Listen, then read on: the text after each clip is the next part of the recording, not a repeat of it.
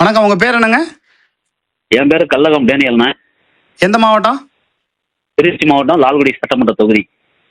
திருச்சி மாவட்டம் லால்குடி சட்டமன்ற தொகுதி. இப்ப எடப்பாடி பழனிசாமி வந்து நீங்க அதிமுக இருக்கீங்க தானே? இல்ல அதிமுக இல்லண்ணே. சரி. நான் சோசியல் ஆக்டிவிட்டர்.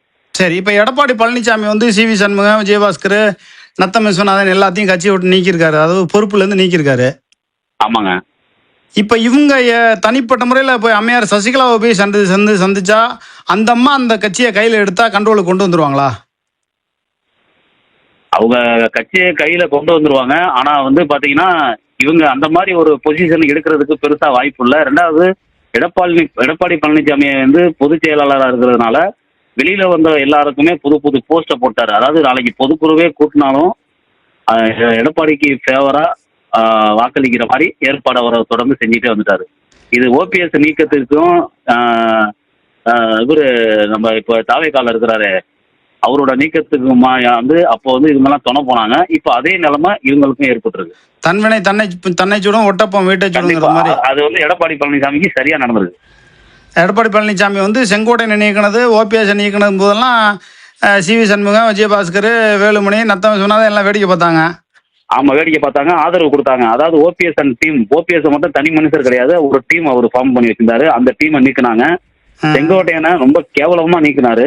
அதுக்கப்புறம் பாத்தீங்கன்னா ஜேசிடி பிரபாகர் அவரை நீக்கினாரு.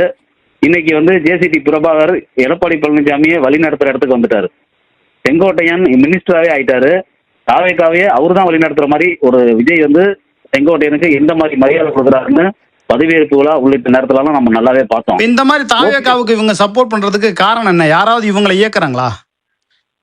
அதாவதுங்க, லால்குடி சட்டமன்ற தொகுதியில கட்சியில சேர்ந்த ஒருத்தர் 10 நாள் கூட ஆகாம உடனே வந்து லீமா ரோஸ் மார்டின் இந்த லாட்டரி குரூப்பை வந்து லால்குடி சட்டமன்ற தொகுதியில போட்டியிட அறிவிச்சாங்க. அனுமதிச்சது பொதுச் செயலாளர் தானே? பொதுச் செயலாளர் அறிவிக்கிறாரு, கொண்டு போய் சேர்த்து விட்டாரு எஸ்பி வேலுமணி. இல்ல, எஸ்பி வேலுமணி கொண்டு போய் சேர்த்தாருங்க. ஆமாங்க. இவருக்கு எங்க போச்சு? சேர்த்து 10 நாள்ல சீட்டு கொடுக்கலாமா? 10 நாள்ல போனா பணம் தாங்க மூலதனம். ஏங்க இந்த அம்மா குடும்பத்தை, லீமா ரோஸ் மார்டின் இந்த குடும்பத்தை தூக்கி உள்ள வைக்கிறதுக்கு தான் அம்மையார் ஜெயலலிதா அவர்கள் வந்து முயற்சி பண்ணாங்க.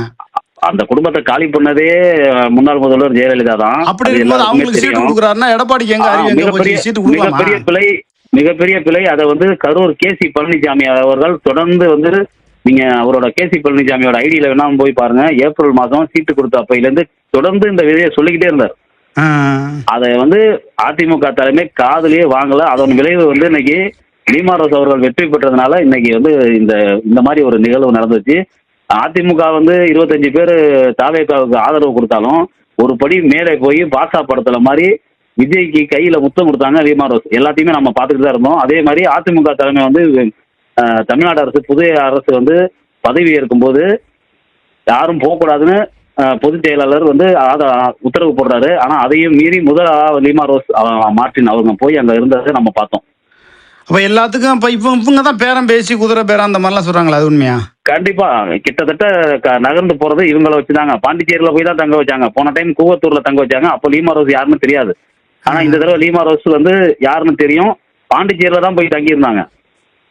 இவங்களுக்கு வந்து பணம் நிறைய இருக்கு. லீமா ரோஸ் பல கோடிங்க. நம்ம வந்து அறிவித்த வேட்பாளர்களிலேயே முதல் வேட்பாளர் பணக்கார வேட்பாளர் இவங்க தான். அதாவது இத்தனை கோடி சொத்து இருக்குன்னு எனக்கு கணக்கே காட்டினாங்கன்னா அப்போ பின்னாடி கணக்குல வராத சொத்து எத்தனை கோடி இருக்கும்.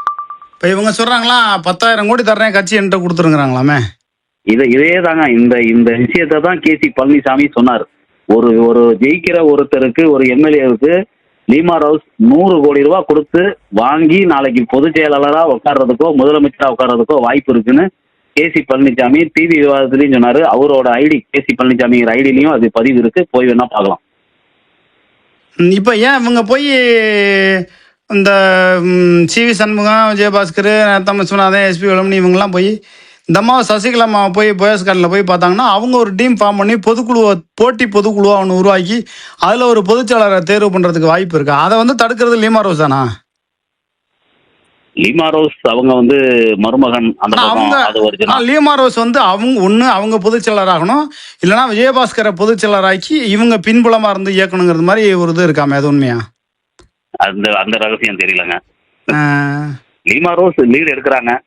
பேட்டியில எல்லாம் பாத்தீங்கன்னா ஒரு தொகுதி இப்போ உங்களுக்கே தெரியும், லால்குடியில 4 வருடம் 20 வருஷமா தொடர்ந்து எம்எல்ஏவா இருந்த சவுந்தரபாண்டியன் ஒரு பேட்டியில கூட என்னைக்கும் வந்ததில்ல.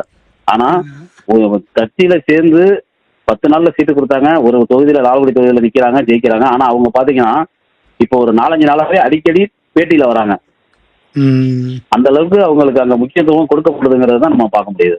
இப்ப லால்குடி மக்கள் வந்து இவங்களை வந்து ஜெயிக்க வச்சது எந்த அடிப்படையில் ஜெயிக்க வச்சாங்க? 2000 ரூபாய் பணங்க. லாஸ்ட் நேரத்துல வீட்டுக்கு வீடு மிக்சி கொடுக்குறேன்னு டோக்கன் கொடுத்துருக்காங்க. இந்த மக்கள் அந்த 2000 ரூபாய் காசை நம்பி ஓட்டு போட்டாங்க. மிக்சி கொடுக்கலன்னாக்க கண்டிப்பா மக்கள் களத்துல இறங்குவாங்க, போராட்டம் நடத்துவாங்க. இப்பவே பாத்தீங்கன்னா பணம் கொடுக்கலன்னா போராட்டம் நடத்துவாங்களா? அப்படி போச்சா தமிழ்நாடு கேவலமா? ஆமா, எல்லா வீட்டுக்கும் வந்து மிக்சி டோக்கன் கொடுத்துருக்காங்கல்ல. இப்ப இந்த ஒன்றிய செயலருக்கெல்லாம் கார் கொடுத்துருக்காங்களா? அது உண்மையா? கொடுக்குறேன்னு சொன்னாங்க, கொடுத்தாங்களான்னு தெரியல. இல்ல வரிசையா நிப்பாட்டி வச்சு புகைப்படம்லாம் பாக்குறேன். என்னமோ என்ன 20 லட்சம் ரூபா காராமே. அது என்ன அந்த இது நம்ம பாக்கலங்க. ஆனா வந்து கொடுக்கறதா சொல்லி தான் அவங்க இல்ல கொடுத்துட்டாங்களா? எனக்கு ஒரு ஒன்றிய செயலர் போன் பண்ணி எனக்கு 1 லட்சம் தான் காசு கொடுத்தாங்க, நீ சொல்ற மாதிரி 10 லட்சம் எல்லாம் கொடுக்கல அப்படின்னு என்கிட்ட கோவப்பட்டாரு. இருக்கலாம். எல்லாமே இந்த தடவை லால்குடி தொகுதி பூராமே பணம் தான். ஆனா வந்து இன்னைக்கு வந்து ஃபீல் பண்றாங்க. அதே ஏடிஎம்கே காரங்க யாரு லீமா ரோஸுக்காக வேகமா வேலை செஞ்சாங்களோ, யாரு பிரச்சாரத்துல முன்னாடி நின்று செஞ்சாங்களோ, அவங்களே பாத்தீங்கன்னா நேற்று லால்குடியில லீமா ரோஸ் துரோகி ஒளிகன்னு கோஷம் போட்டு பட்டாசு வெடிச்சிருக்காங்க. எடப்பாடி வாழ்கன்னு சொல்லி பட்டாசு வெடிச்சதும் அதுக்கு வீடியோவும் எனக்கு இருக்கு. இல்லப்ப லீமா ரோஸ் ஒளிக எடப்பாடி வாழ்கன்றதுனால அதிமுக இனிமே பழைய அதிமுக வர்றதுக்கான வாய்ப்பு இருக்கா? இல்ல, இனிமேல் வந்துங்க மறுபடியும் பழைய மாதிரி அதிமுக வந்து ஒரு அதிமுகங்கிறது என்னைக்குமே அழிஞ்சிடக்கூடாதுன்னு நினைக்கிறவன் நானுங்க. நான் மட்டும் இல்ல, இது மாதிரி பல பேர் வந்து அதிமுக வந்து ஒரு திமுக, ஒரு அதிமுக, ஒரு திராவிட முன்னேற்ற அவங்க 2 பேரும் ஒரு ஒரு அதிமுக அப்படிங்கிறது மாதிரியான ஒரு சூழல் தான். ஆமா, இன்னைக்கு வந்துங்க 10 தோல்வி அடைஞ்சிட்டாரு. 11வது தோல்விக்கு இவர் பொறுப்பேற்றுக்கிட்டு ஒண்ணு இவர் பதவி விலகணும், இல்லைன்னா அதுக்கு நான் பொறுப்பேற்றுக்கிறேன்னு சொல்லணும். பொறுப்பு அதான் கரெக்டுங்க. பொறுப்பேற்றுக்கிறேன்னு சொல்லிருக்கணும். நான் பொறுப்பேற்றுக்கிறேன், கட்சியை விட்டு சிலரை வெளியே அனுப்புனதோட விளைவும் இதுல வந்து இருக்கு. 2வது வந்து விஜய்ங்கிற மாயை வெற்றி பெற்றிருக்கு. இதுக்கு நான் பொறுப்பேற்றுக்கிறேன், இனிமேல் வந்து நடக்கிறத பார்ப்போம்னு சொல்லி செஞ்சிருக்கணும். ஆனா என்ன நடந்துச்சுன்னு தெரியலங்க. சரி, மறுபடியும் எல்லாமே ஒன்னா சேர்றாங்க. எடப்பாடி பழனிசாமி பொதுச்செயலாளர் வர்றாரு, மறுபடியும் வெற்றி பெறுவாரா? மறுபடியும் வெற்றி பெறுவாருன்னா மறுபடியும் டீம் ஒர்க் நல்லா இருந்தா பண்ணுவாங்க. இளைஞர் பட்டாளர்கள் வந்து பல பக்கம் செதறிட்டாங்க. விஜய் பக்கம் மட்டுமே போனாங்கன்னு நான் சொல்ல மாட்டேன், எல்லா பக்கமும் செதறிட்டாங்க. சரிங்க, எண்ணெயில உள்ள கடுகு மாதிரி செதறிட்டாங்க. ஆமா, இப்ப நீங்க எடப்பாடி பழனிசாமி கூட எம்எல்ஏ பின்னாடி நடந்து வர்றாங்க. அவங்க பாதி பேத்து மண்டையில முடியல, எல்லாம் வயசான அளவு தான் இருக்காங்க. ஆமாங்க. அப்ப இது வந்து இப்போ ஒரு வீடு கட்டுறான், அந்த செங்கக்கல் எந்த அளவுக்கு சக்தி இருக்கு அந்த அளவுக்கு தான் அந்த அத்தனை வருஷம் தான் அந்த வீடு இருக்கும். கண்டிப்பாங்க, பவரு. ஆமா, அது மாதிரிதான் இனிமே அதிமுக இனி ஒரு மதிமுகவா இல்ல அம்மையார் சசிகலா வந்து கட்டுப்பாட்டுல அம்மையார் சசிகலா தான் இவங்களை இயக்குறாங்கன்னு ஒரு குரூப் சொல்லுது, ஒரு பக்கம் லீமா ரோஸ் தான் இயக்குறாங்கன்னு சொல்லுது. ஒரே குழப்பமா இருக்கு. இல்ல, சசிகலா அவர்கள் வந்து இயக்குறதுக்கான வாய்ப்பு தெரியலங்க. என்ன விஷயம்னா அவங்க இயக்குற மாதிரி இருந்தாக்க இதுல தேர்தலே ஒரு இது தெரிஞ்சிருக்கும். தினகரனே பாத்தீங்கன்னா அவ்வளவு பேர் இருந்தவரே உள்ள வந்துட்டாரு. ஏன் உள்ள வந்தாருன்னு இன்ன வரைக்கும் நமக்கு சரியா கண்டுபிடிக்க. கட்சியில திருச்சி மாவட்டத்துல மாவட்ட செயலர் இருக்காருல, அவரு கொண்டோட அவரு எல்லாம் காலி பண்ணிட்டு கட்சியில இருந்து விளையிட்டாங்க. ஆமா, விலகிட்டே இருக்காங்க. இப்ப பாத்தீங்கன்னாக்கா அதிமுகல இருந்து விளங்குறாங்க, அவங்க விளங்குறாங்க, இவங்க எல்லாம் தாவே காக்க போறாங்கன்னு ஒரு பேச்சு போயிட்டே இருக்கு. இது வந்து அரசியல்ல வந்து சகஜங்க. இங்கிட்ட இருந்து அங்கிட்டு போவாங்க, தேர்தல் நேரத்துல மறுபடியும் கிட்டே ஓடியாருவாங்க. லால்குடி தொகுதியில லீமா ரோஸ் வந்து ஜெயிக்க வச்சது சிற்றின்ப மாதிரி. அந்த நேரத்துல கொஞ்ச நாள் பணம் கிடைச்சிச்சு. அந்த பணத்துக்கு அதாவதுங்க அதுல பொறுப்புல இருந்தவங்களுக்குலாம் 500 ரூபா அது சாப்பாடு பிளஸ் 500 ரூபா அப்படி போனதுனால அவங்க எல்லாம் வந்து போனாங்க. பெருசா ஒன்றும் அவ்வளவு காசு கொடுத்தும் பெரிய கிட்டத்தட்ட அதிமுக வந்து லீமா ரோஸ் கிட்ட அடகு வச்ச கதை ஆயிப்போச்சு. கண்டிப்பா அதாங்க நடந்தது. வந்து அதைத்தாங்க கேசி பழனிசாமி அப்பயிலேயே சொல்லிட்டே இருந்தாரு. அவங்க எதையுமே காதல வாங்கல. இப்ப இவங்க நீதிமன்றம் போகணுமா இல்ல வந்து இவங்க தனி ஒரு அதிமுக இவங்க ஒரு letter bad Edappadi Palaniswami photo இல்லாம இவங்க ஒரு அதிமுக லெட்டர் பேட் அடிச்சுக்கிறாங்க. இப்ப இவங்க வந்து போட்டி அதிமுக நீதிமன்றத்துக்கு போனா, ஆனா அப்படி பார்த்தாலும் 25 மாவட்ட செயலர் கிட்டத்தட்ட 30 மாவட்ட செயலர் இருக்காங்க. இவங்க பக்கம் பெரும்பான்மை இருக்குது. பொதுக்குழு உறுப்பினர் 3/4 பேர் எஸ்பி வேலுமணி லைன்ல எல்லாம் இருக்காங்க. இவங்க ஒரு பொதுக்குழுவை கூட்டி அதுல வந்து இன்னார் தான் பொதுச் செயலர்னு ஒருத்தரை அறிமுகப்படுத்தி இவங்க போட்டி பொதுக்குழு ஒன்று பண்ணுனா அது எடப்பாடி பழனிசாமிக்கு சிக்கலா வருமா? இப்போதைக்கு வந்து பொதுச் செயலாளர் வந்து அவர் தான் இருக்கிறாரு, எடப்பாடி பழனிசாமி தான் இருக்கிறாரு. சார் எஸ்பி வேலுமணிக்கு பாஜக சப்போர்ட். அது என்ன ஓகேங்க. அதனால இந்த முறை, அதாவது இந்த முறை எஸ்பி வேலுமணிக்கு சாதகமா ஒரு சூழ்நிலை வருங்கிறது மாதிரி சொல்றாங்க. வரும். இது வந்து பிஜேபியோட நகர்வு தானே ஒரு பக்கமா நம்ம பார்க்கணும். அது உண்மை, அது உண்மை. பிஜேபி ஏற்கனவே சொன்னதுதான். ஏற்கனவே தலைமை வந்து எஸ்பி வேலுமணி வருவார், மாற்றப்படுவாங்க அப்படின்னு ஏற்கனவே அண்ணாமலை சொன்னதுதான். இப்பதான் பாயிண்ட்டுக்கு வர்றீங்க. ஆமா, அண்ணாமலை வரைக்குமே இந்த வார்த்தையே சொன்னதுதான். இப்போ இது நடந்திருக்கு. அப்ப எஸ்பி வேலுமணி பொதுச் செயலாளர் ஆகிறதுக்கான வாய்ப்புகளை பாஜகவை ஏற்படுத்தும்.